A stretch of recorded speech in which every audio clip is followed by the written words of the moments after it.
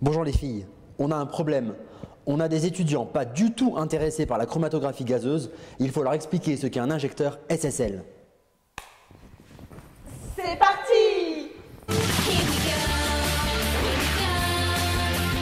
Mais ça veut dire quoi SSL? SSL vient de l'anglais split, splitless, signifiant avec ou sans division. Ce terme correspond au mode d'injection le plus répandu en chromatographie en phase gazeuse, qui est adapté à l'analyse des composés volatiles et non thermolabiles. Mais comment ça marche? L'injecteur SSL est composé d'un bloc chauffé entre 180 et 400 degrés. Le chauffage a pour but de faire passer l'échantillon de l'état liquide à l'état gazeux.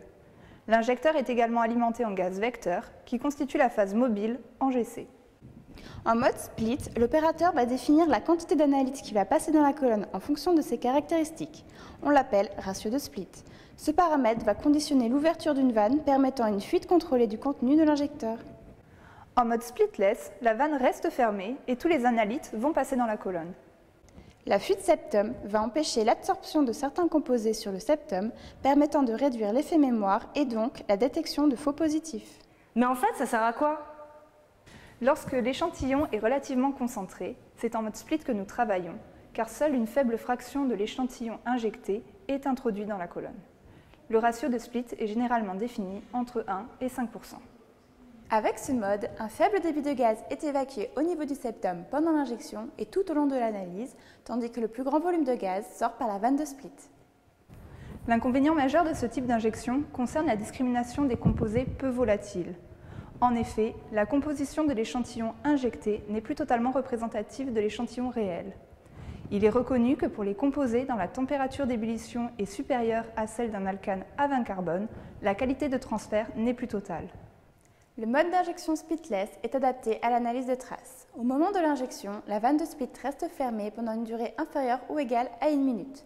Ainsi, la majeure partie de l'échantillon est introduite dans la colonne et l'ouverture de la vanne permet de purger les traces de composés résiduels dans la chambre d'injection. La condition essentielle pour éviter un élargissement ou la distorsion des pics chromatographiques est de maintenir le four à une température initiale de 40 degrés. Cependant, des phénomènes d'évaporation sélective, voire de dégradation thermique, sont plus importants qu'en mode split en raison d'un temps de séjour plus long dans la chambre d'injection. Par ailleurs, le paramétrage en fonction du type de solvant ou le gradient de température du four est plus long et plus complexe qu'en mode split.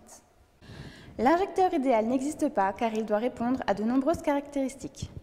Ne pas altérer la composition de l'échantillon, ne pas altérer l'efficacité du système, avoir une grande précision même pour des petits volumes, avoir une grande capacité d'échantillon, posséder une bonne rédabilité et reproductibilité, être facile d'emploi, être automatisable et être universel. Grâce à votre micropuce implantée derrière l'oreille, je sais que vous avez accompli votre mission. Bravo les filles!